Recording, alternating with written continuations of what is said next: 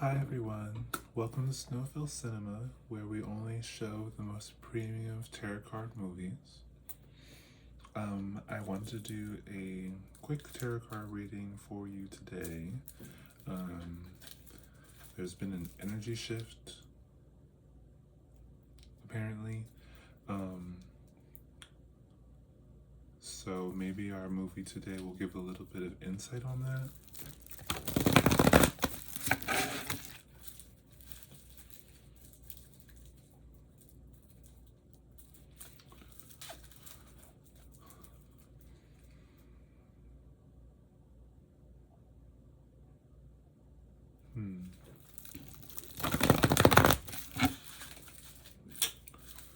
It's kind of giving a little bit of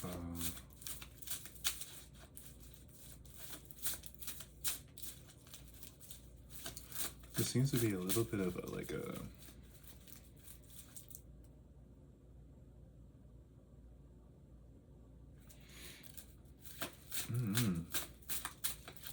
this quiet that's been around.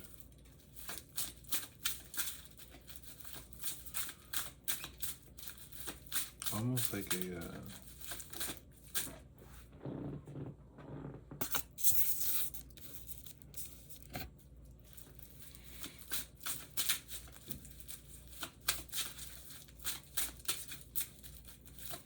I don't know, like an emptiness, a hopelessness.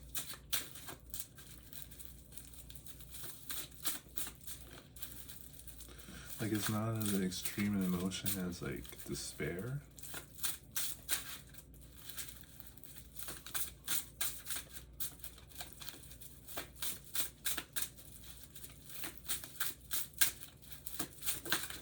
But definitely like a void-like energy.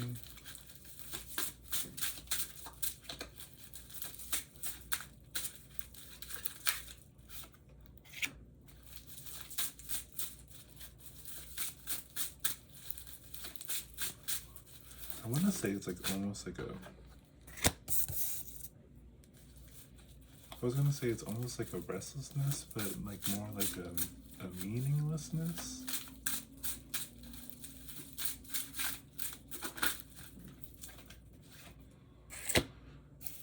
Like it's not anticipatory like dread, but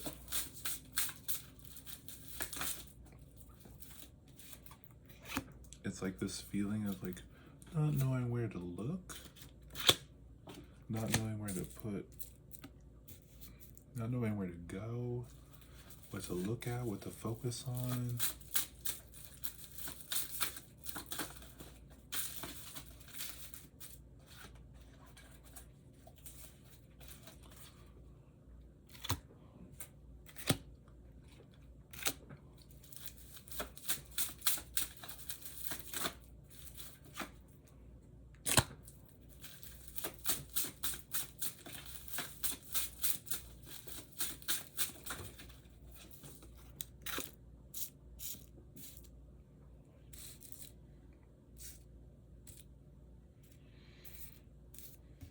My last video had so much energy to it, and this one has such a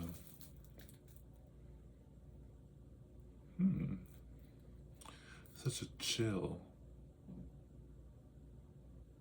I think that's probably a good word to describe it. So appropriate for Snowfell Cinema, but there's definitely like a chill in the air, like almost ominous, but again, it's not like anticipatory. It's almost like a grief, but it's not. It's like not unexpected.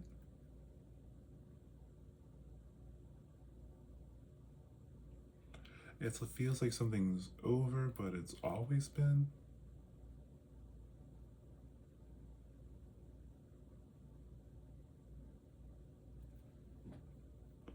Very interesting energy.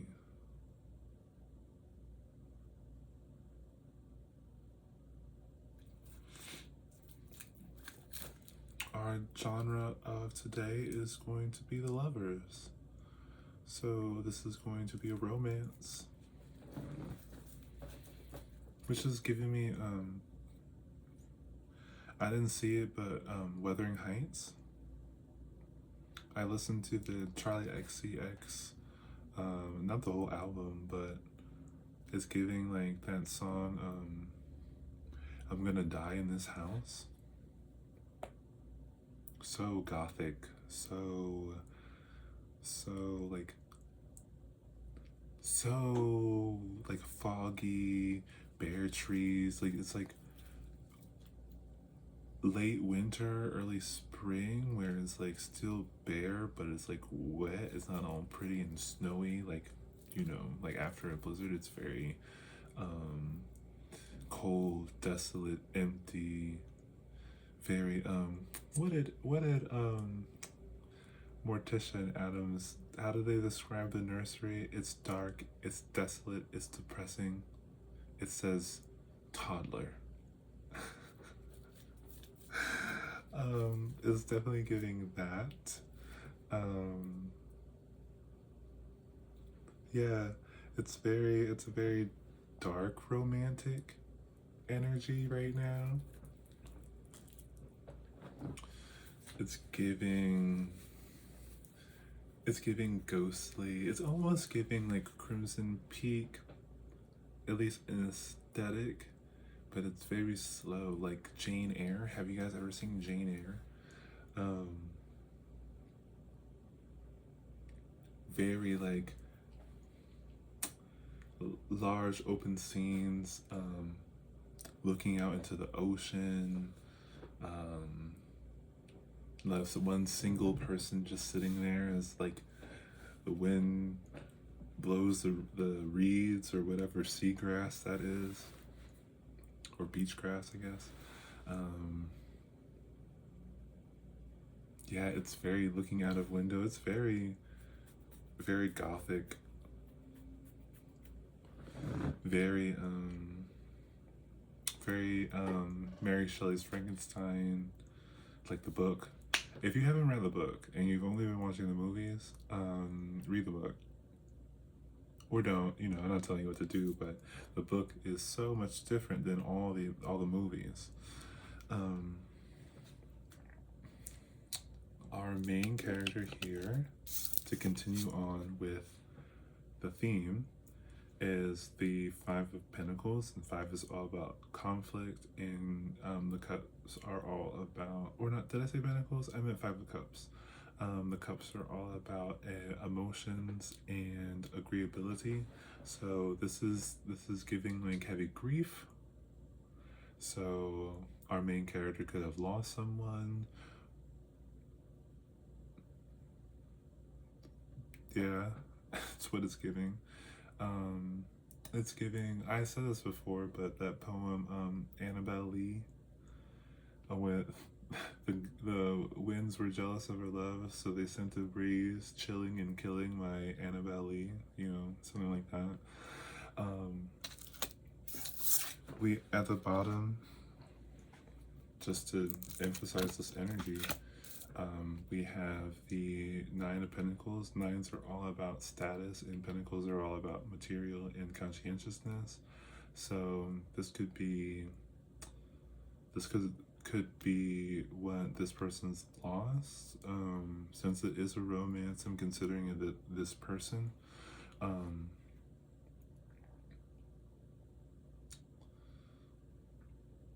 Yeah, but it's not giving. It's like it's grief. It's a loss. I don't know if it's loss in a passing away.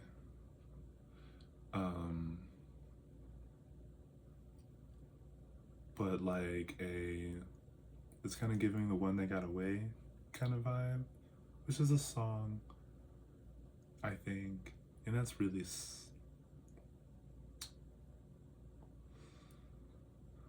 You know, this is a slow movie. Sorry guys, this is a slow movie. Above our Five of Pentacles character is the Wheel of Fortune. So maybe this person is like maybe a little bit hopeful, I would say. Tens are about completion. Wheel of Fortune is about luck, prosperity, alignment, basically. So, yeah, this is giving a little bit like hopeful, maybe like this person's like our main character's love interest is lost or something, or has yet to be found. But it really was giving me the because the cups here, the 3 here in the corner, if you can see that, are spilled over.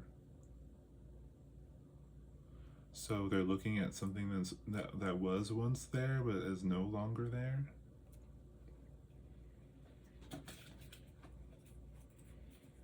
I mean, in the Wheel of Fortune could be a little bit of like almost like a haunting. Say that the love interest had passed away. It could be a little bit of like a constantly thinking of, like everywhere you go something reminds, like everywhere this person goes something reminds them of their love interest.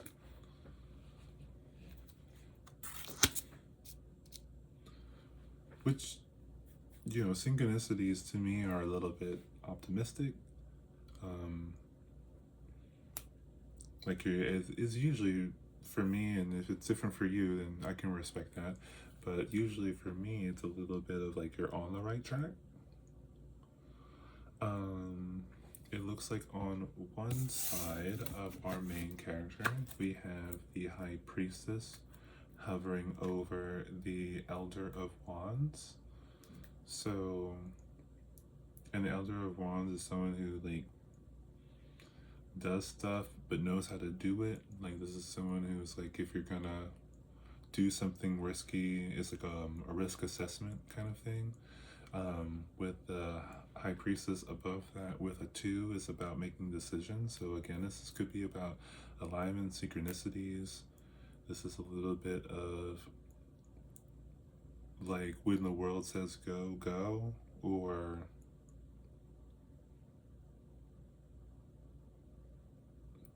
which is interesting for this reading.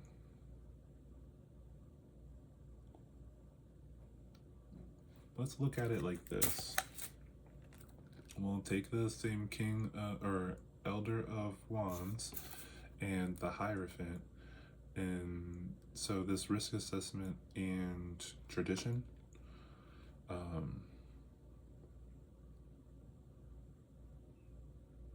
This is a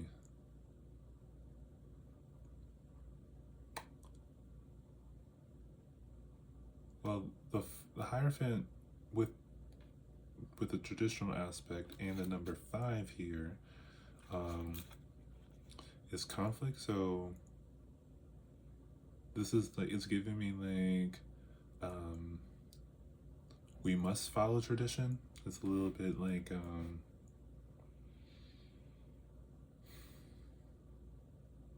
I don't know, this energy is kind of interesting to read, to tell you the truth.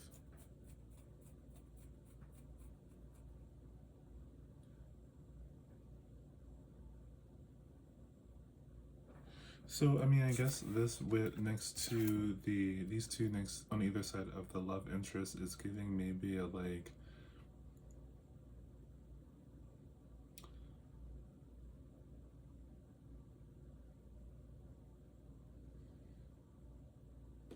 you would think with a risk assessment that it would be successful.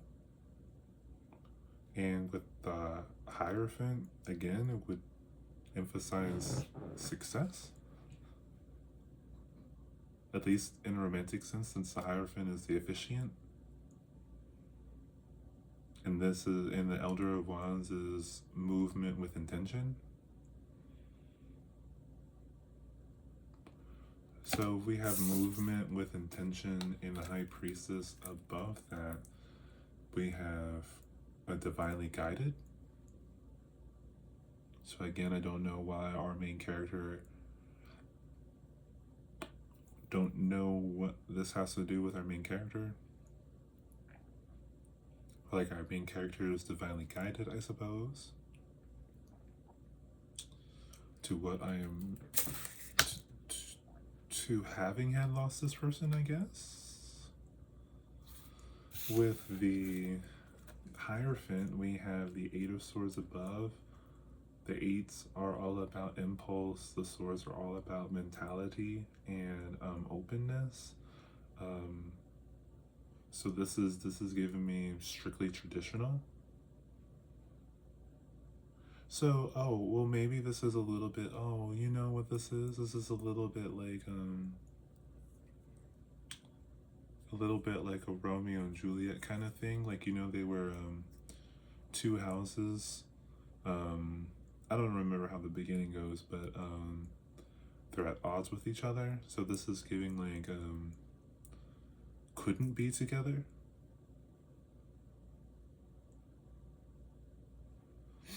Which is giving like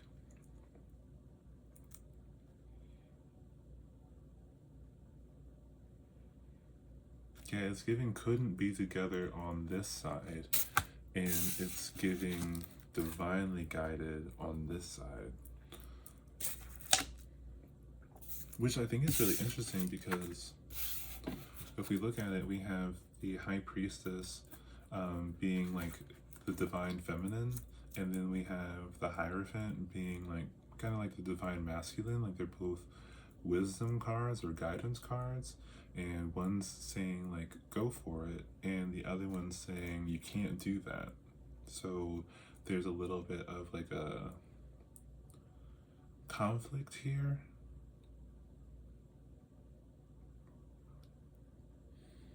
Like, this is kind of giving me like, it's giving me like someone was telling me one of the storylines for Bridgerton, one of the seasons was a prince or whatever, a prince like is kind of pressured to getting married, and the one person they find that's actually like kind of like a real person is like a maid, and they can't be married because there's no dowry kind of thing. That's what I mean by like kind of strictly traditional. It's like kind of like against the rules for some reason, or well, for our movie. So it's kind of giving like it's interesting because it's kind of giving like a Cinderella story, but our character is like, it's kind of giving me like after she ran from the ball, and while he's looking for her maybe at this time, because he's met her, he's lost her, he feels the pull, but it could be a she, they feel the pull, and but they can only go so far. Which is really sad.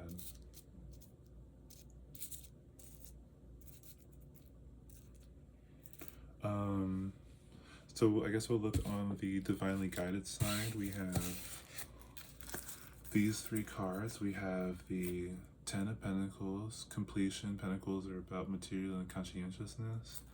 We have the Ace of Wands. Wands are all about extroversion and exertion. And then we have the Two of Pentacles, which has to do with decisions and material and conscientious. So it looks like this is almost giving like, especially if I put this in the middle here, it's giving like, when it comes to the divine pull, it's giving like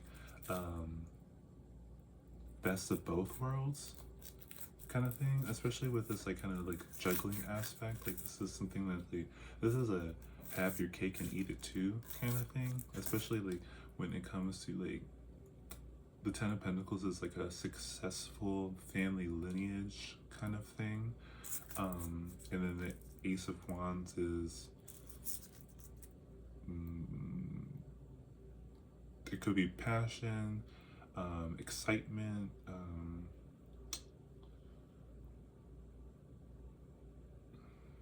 a dynamic type of interaction. So it looks like there's this like mix between like, this is personally good and also good for the like long haul.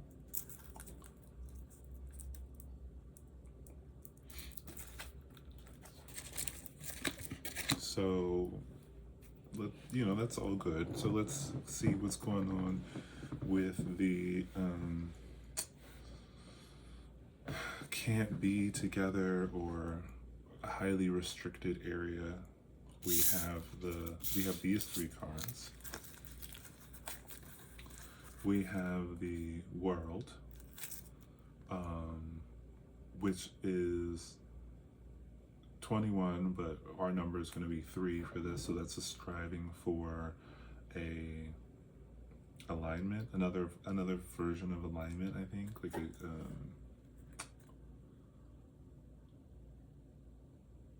yeah, like a peace or harmony, something like that. With the Adolescence of Wands, and adolescents are all about extroversion, and so are the Wands. And then we have the Hangman, which is going to be the, that's 12, that's another 3, so a striving for. So it's like a can't be together because of like a difference in perspective.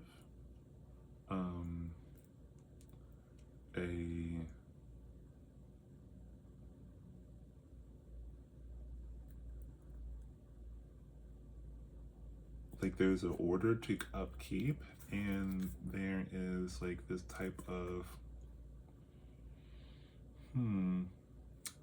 like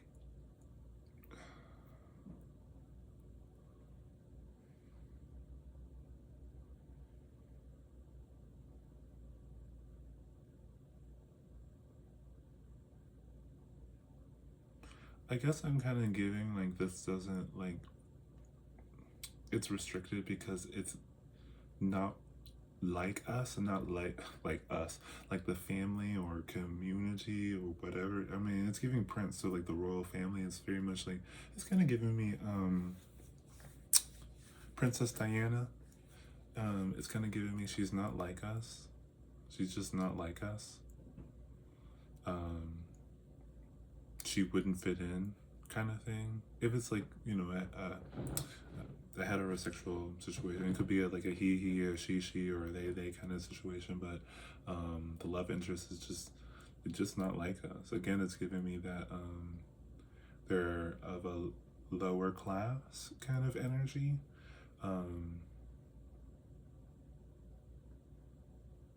Oh, this is,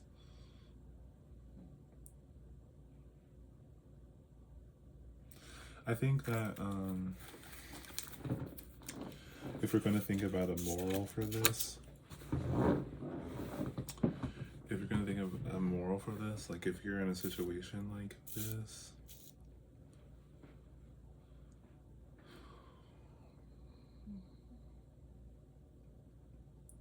I guess the like concept of like the other person isn't like us, like the already established group, it's kind of giving like what your brain does when it runs into something new or strange or bizarre. It kind of like wants to fight it off because it's not familiar, so therefore it doesn't seem safe.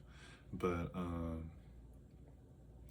a lot of unfamiliar things can promote progress. Like I say, like, you know, if you want to continue progressing, that you have to keep running into triggers until they're no longer triggers, and that's how you know you kind of like healed from it.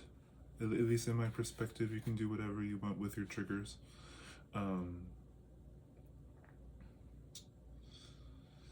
But it's really sad for our prince, like, character here,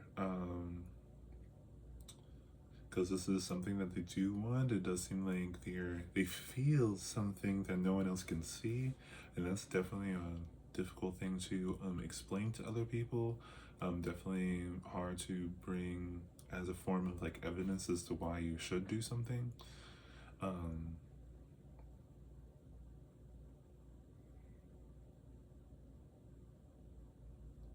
It's also kind of giving that energy of like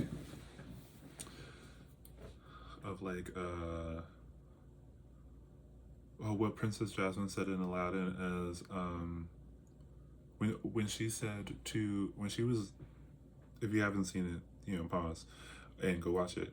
But the animated one, when Princess Jasmine decides to run away, and Raja tries to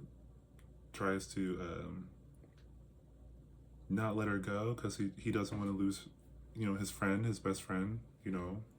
That's real sad. I was about to cry about that. Because he didn't know if he was gonna see her again. But I won't cry on camera. But that was really sad.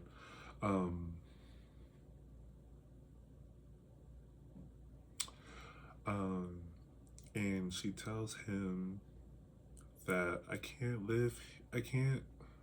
stay here and let someone live my life for me. And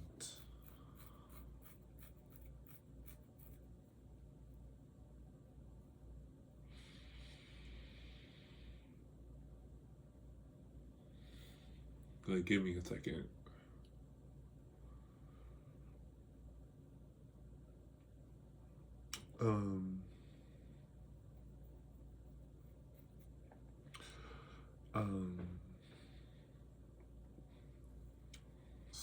So yeah, she decides to leave.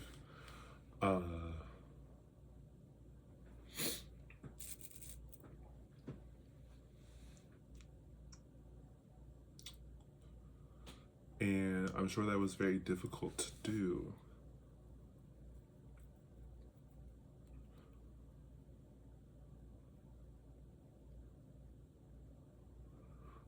They made it seem so like such an easy decision in the show because you only have such amount you only have a allotted amount of time to convey your story. So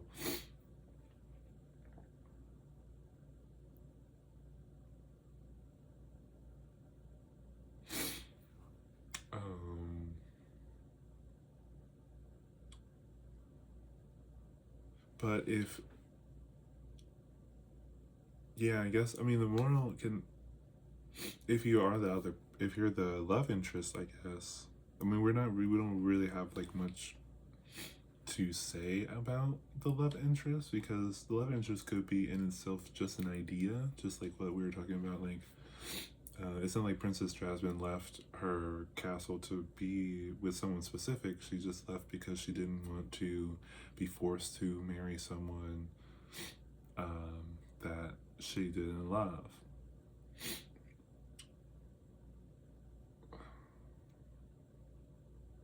But for this main character, that is a doozy of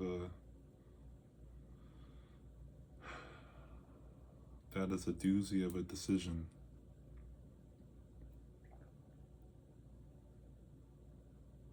To kind of like give everything up for a very unexplainable feeling.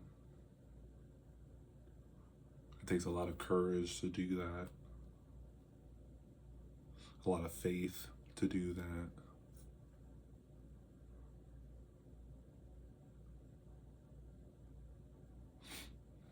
Yeah, then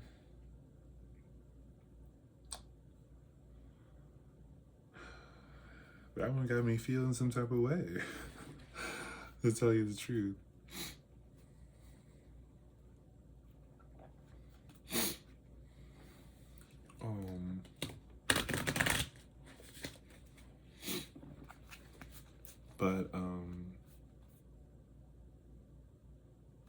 Yeah.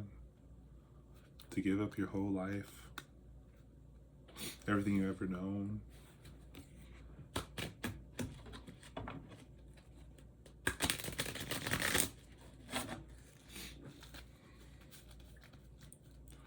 I'm gonna pull some confirmation cards, see if we can get any more morals out of here, or maybe any more details on the story.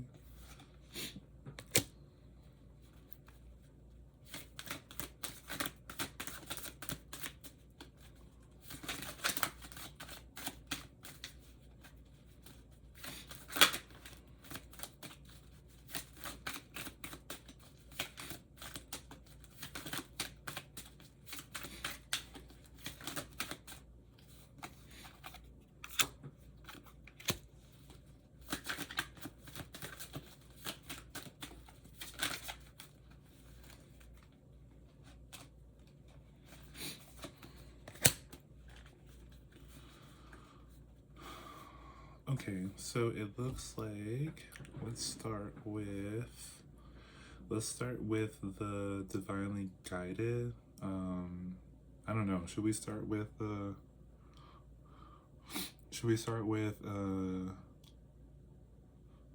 impossible restraints, or the things that are keeping them apart?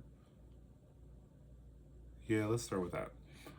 We have the Seven of Pentacles, which has to do with conflict in the material world, basically, and conscientiousness. So it'll be a very difficult adjustment. And then above that we have the Eight of Cups, which is all about impulse. Cups are all about emotionality and agreeableness. So this is like, yeah, like this is giving, like, you'll have to give some things up. Like our main character will have to give some things up. This is kind of like renounce the throne kind of vibes. Which was one of the things, like, if you haven't seen the new season of Bridgerton, I think it's the newest season.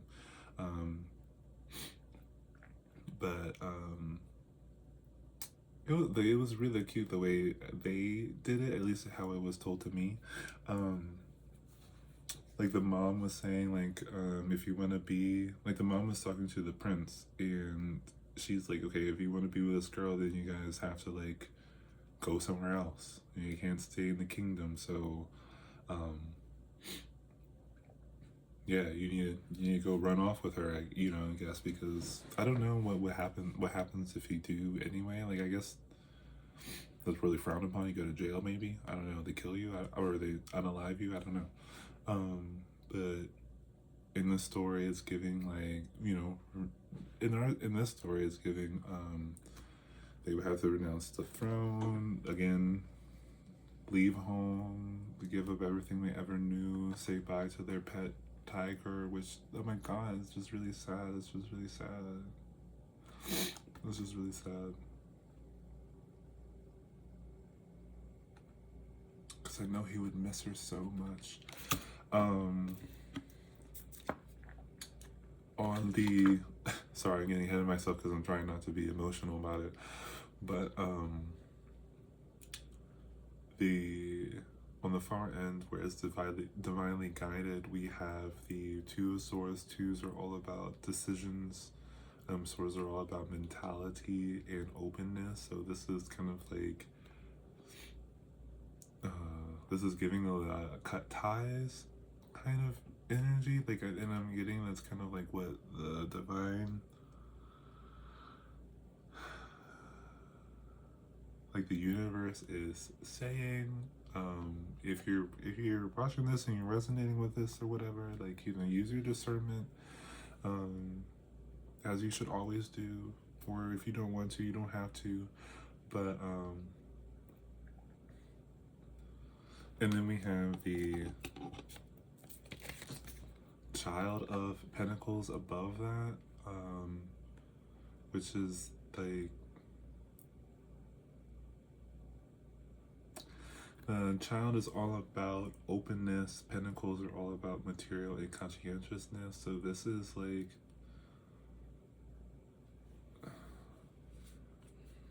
it's kind of giving,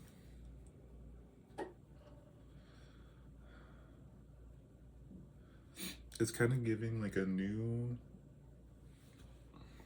sense of value. Or like if we look at it, it's like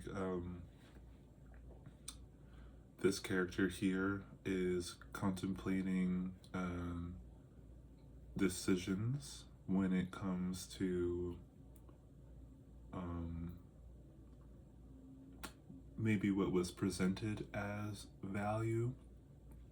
So this is giving a little bit like it's giving a little bit of like that.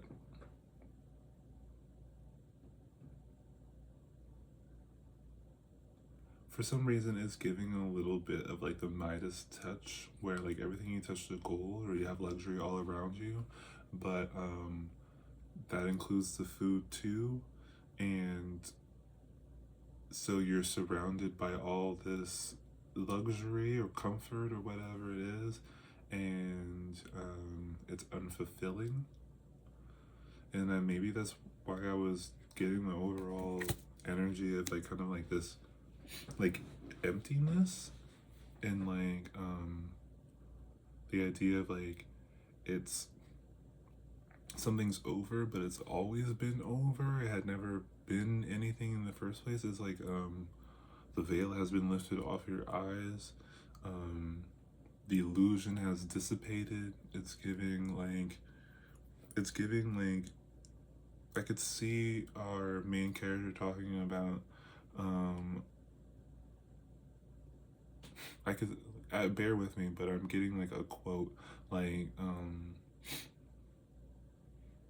this whole time you said we lived in a castle, but it feels more like a hovel.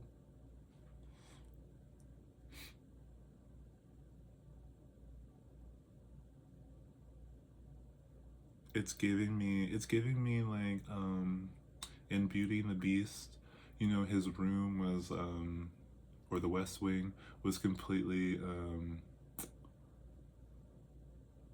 in shambles. Like he just kind of had like a fit all over the place, and it's looking a little bit like I could see our main character like running through the halls of the castle, just tearing everything off of the walls, just like it means nothing. It means nothing, you know, something like that. There's nothing here. It's like you trapped me in a beautiful prison.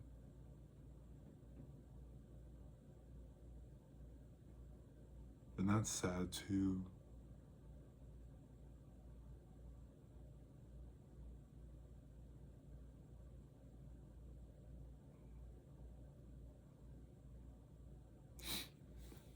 And it's kind of giving me like they're tearing everything up after like after the love interest had been gone, had been sent away, or was denied, or was forced denial, or something like that. God forbid something terrible happened, but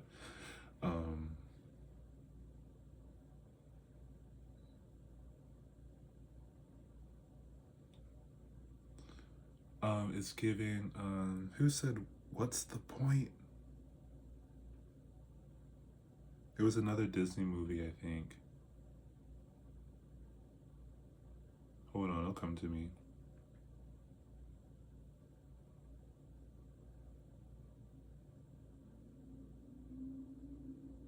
Oh, and Hercules, when he's posing with the lion skin, for he's posing for a painting on one of those urns, and Phil, his coat. If you haven't seen Hercules, you know, pause now, go watch it, come back.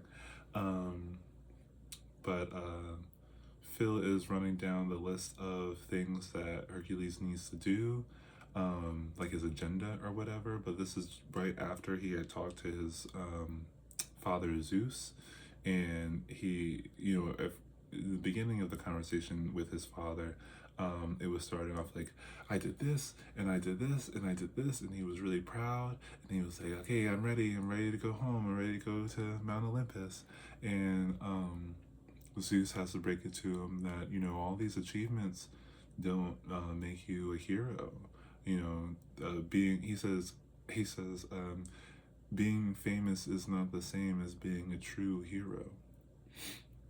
And Hercules asks, what else can I do? And Zeus tells him that's something that you have to decide on your own, and he tells him to look inside his heart. Oh my god.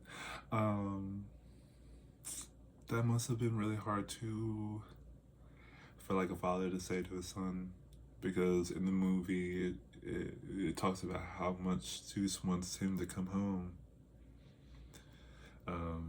But there's nothing he could do but hope that he does the right thing. And so anyway, back to when he's posing for the painting. Phil goes through the agenda or whatever, and Hercules is trying to get Phil's attention and be like, I guess trying to talk about what he had just had a conversation about, like, you know, being a hero and trying to get home and stuff like that. And he throws the lion skin down and yells like, what's the point? You know, all of this is meaningless. It doesn't seem to be getting me anywhere. And it's kind of giving like this kind of same energy, just because like our character is a prince, so of course their life is they want for nothing. And not that the romance has to be the only form of happiness or whatever, but it's kind of like this, our main character has found some happiness and they have to like give it up.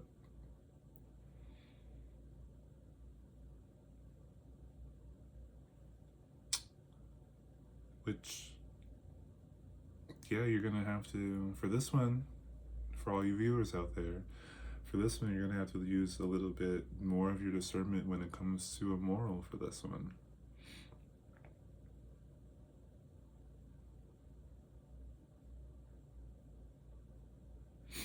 Yeah, with this, for our story here, because it does seem like, well, with the Wheel of Fortune over our main character, it does seem like they still have a choice. Yeah, it seems like they still have a choice. So if anything, the love interest is away at some point, somewhere. And of course, with, you know, with the divine guidance and everything like that, it's like a risk in the material world, but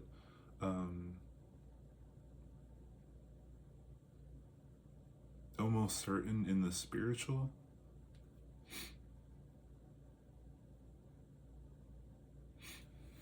It's like,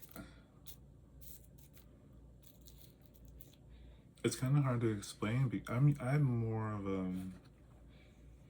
I was just talking to my mom about this, but I'm pretty much a linear type of thinker, and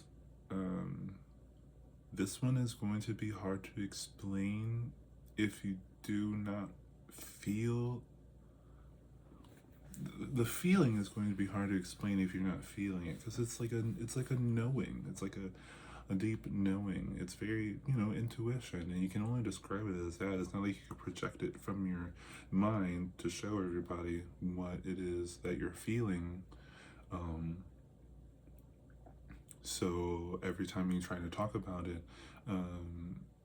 there's a little bit of a lack of word for it, because it just belongs, I don't know, around you, in you, about the universe. I'm not sure.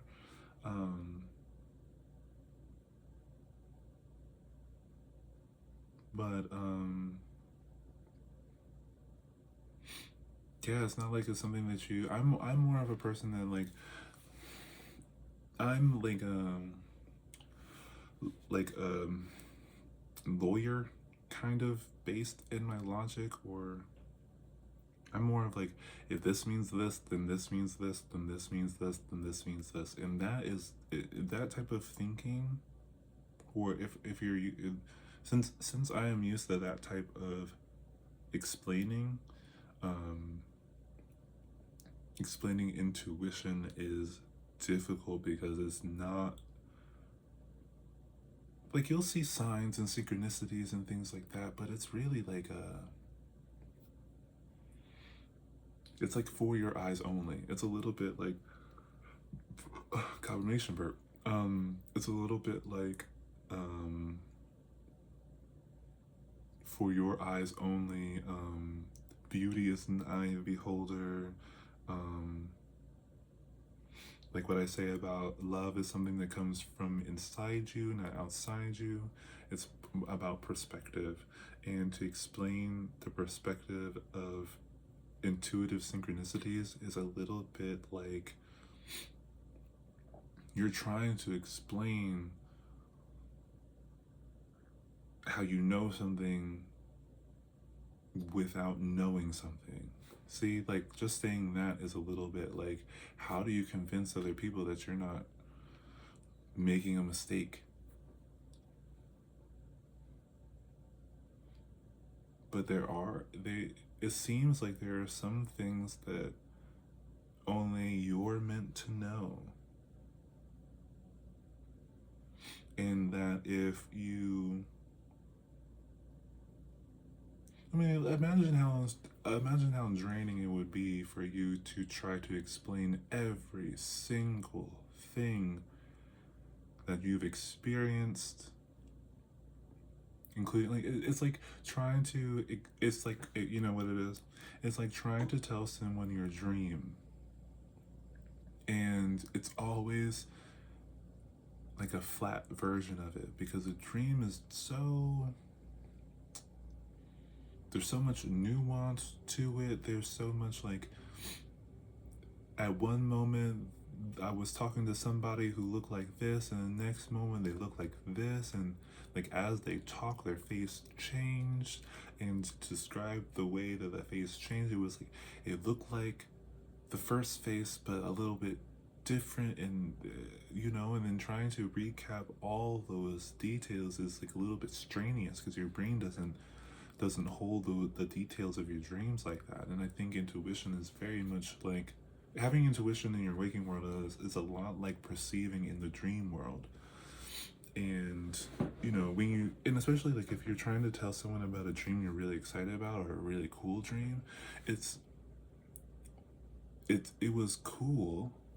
Well, I don't know, your dreams would be different, but it seems like a lot of dreams are interesting, but because of the way it is unexplainable.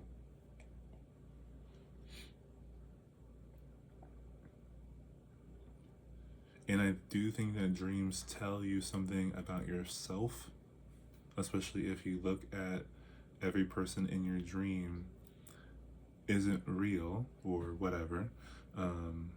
It is just a projection of your internal world in a form, in a type of form, in a person's like form.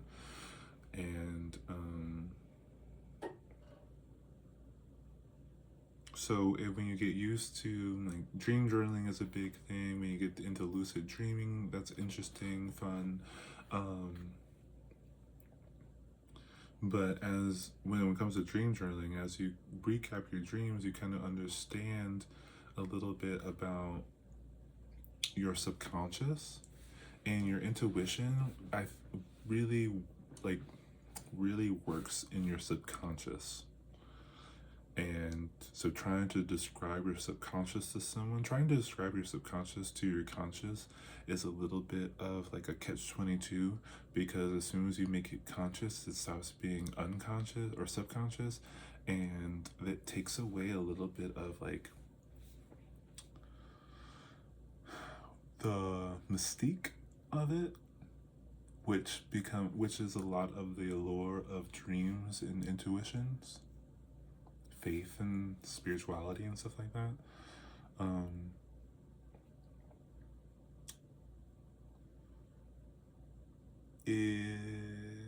I think also, I think maybe a fun way to describe it in a conscious sense is that your intuition is the messaging that your internal world wants you to recognize, if not address. And if you've been seeing a lot of synchronicities, and it's very much the same thing about like your dreams, your goals, your ambitions, whatever it is.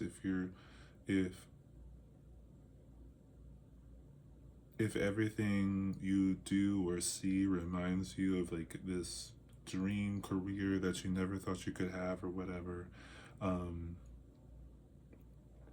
that's your body asking for you to go like try. Like I think intuition is your body telling you to try for what your subconscious wants. I think synchronicity is your subconscious trying to talk to you. And I think your subconscious picks up on a lot of things that you don't. I think a lot of your subconscious resonate with other forms of subconscious. So like if you have a friend, family member, or lover or something like that, your subconscious are talking to each other. And it's kind of like what I was talking about before, when you can develop a telepathic line between you and another person, by you thinking about that person and that person thinking about you. And if I would definitely, well, when you,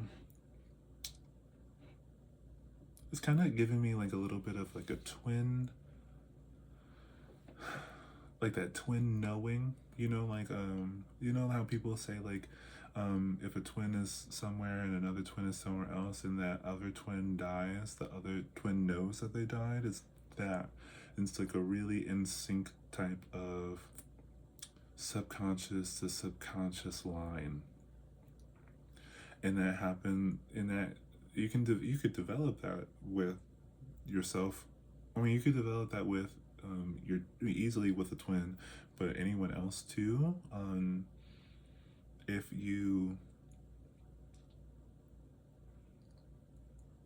you both practice thinking about each other, like thinking about what that person will say, and just kind of and really practice it. I think there's lots of best friends who can feel that way, can know what that person's thinking or what they would say in a situation. So it's kind of like when you phone a friend. If you get really good at that with another person, you can, whether they're across the country or whatever, you can like kind of tap into what they would say. And you can do this too with family members too, like like, oh, I can't, no, I'm not gonna do that because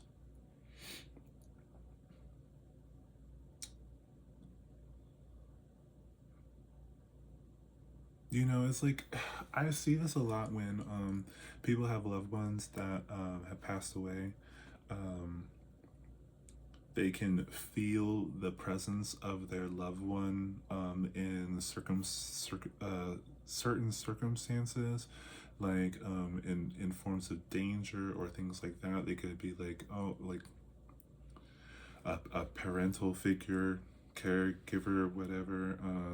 Like you could feel them near you, telling you to leave the situation. It's very much like that. And so like when your body is like telling you to leave a situation or to go after something, whether that's a romantic partner like this one, or to move somewhere, or a new job or something like that, it's your body talking to you, like overriding your brain, I suppose. Or it might not be like coming from your body, but maybe something. I'm not sure exactly where it comes from, but I mean, it's like being like connected to your like ancestors if you're into that, your spirit guides if you're into that, God, if what you know, whatever religion, for whatever religion you want to apply that to, um, or goddess. You know, I'm a goddess follower. I don't, you know, the patriarchy has made me feel some type of way about giving a male, a masculine figure kind of final say when I do. I'm like, I don't really resonate with that. Yeah, I don't really. You know, it's just me. That's just me. You can resonate with whatever gender or non-gender deity you'd like.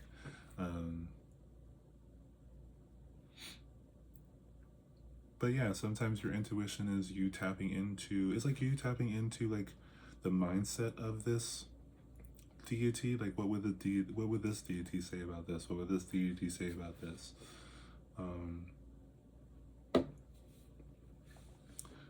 So yeah, so this intuition that our main character here is experiencing could be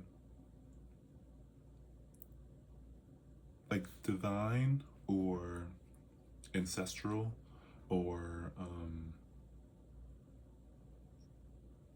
yeah, they could be feeling just a pull from the love interest or whatever, like maybe due to their like magnetic connection.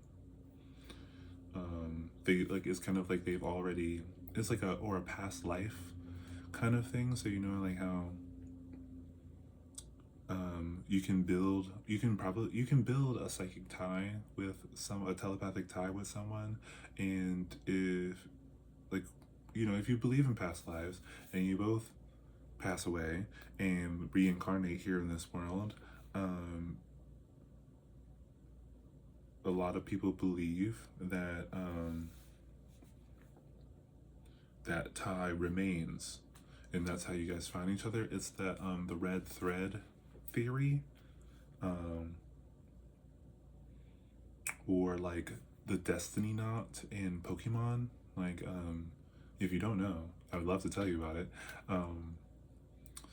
If you have a Pokemon that holds the destiny knot and they're in battle, and another Pokemon uses the move Attract on them to make them infatuated, they'll both be infatuated. Which I think that's a fun. I think Attract is a Pokemon move that doesn't get utilized a lot. I think that when you can get it to work, say like you had, oh my gosh, I'm gonna get into a whole Pokemon moves strategy thing, but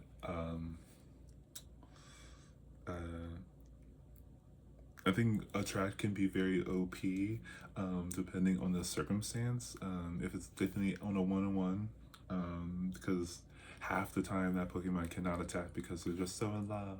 And then the little hearts show up, and I just love that. I think it's super cute. And like, oh, yeah, don't hurt him. And usually when I do it, I do a passive Attract move set where I like for the because it just seems fair not to just like go all out and belligerently attack the other Pokemon when they're in love with you, because that's just mean. I was just mean, and I don't want to put my Pokemon through the psychological trauma of having someone love them and then they have to attack them. Like, that just seems sad. But to do something like I think an Attract Curse combo is very interesting on a ghost type, or a Attract and like a Confusion set. I think is also really interesting, especially if you combine that with like an evasive thing like Double Team or Minimize. So like an Attract Confuse, right, kind of thing could be interesting. Or I think Attract and Sleep like I love a sleep plus nightmare combo. I know you guys don't want to talk about this. Sorry. Um, but yeah, anyway, I think that's it for this reading. Um, yeah, I think that's it for this reading. I hope you enjoyed it. If you didn't enjoy it, that's your choice, and I completely respect that. Um, I hope that you have a wonderful morning, day, afternoon, evening, or night. If you do not wish to have a wonderful morning, day, afternoon, evening, or night, that's your choice, and I completely respect it. Okay, bye, guys.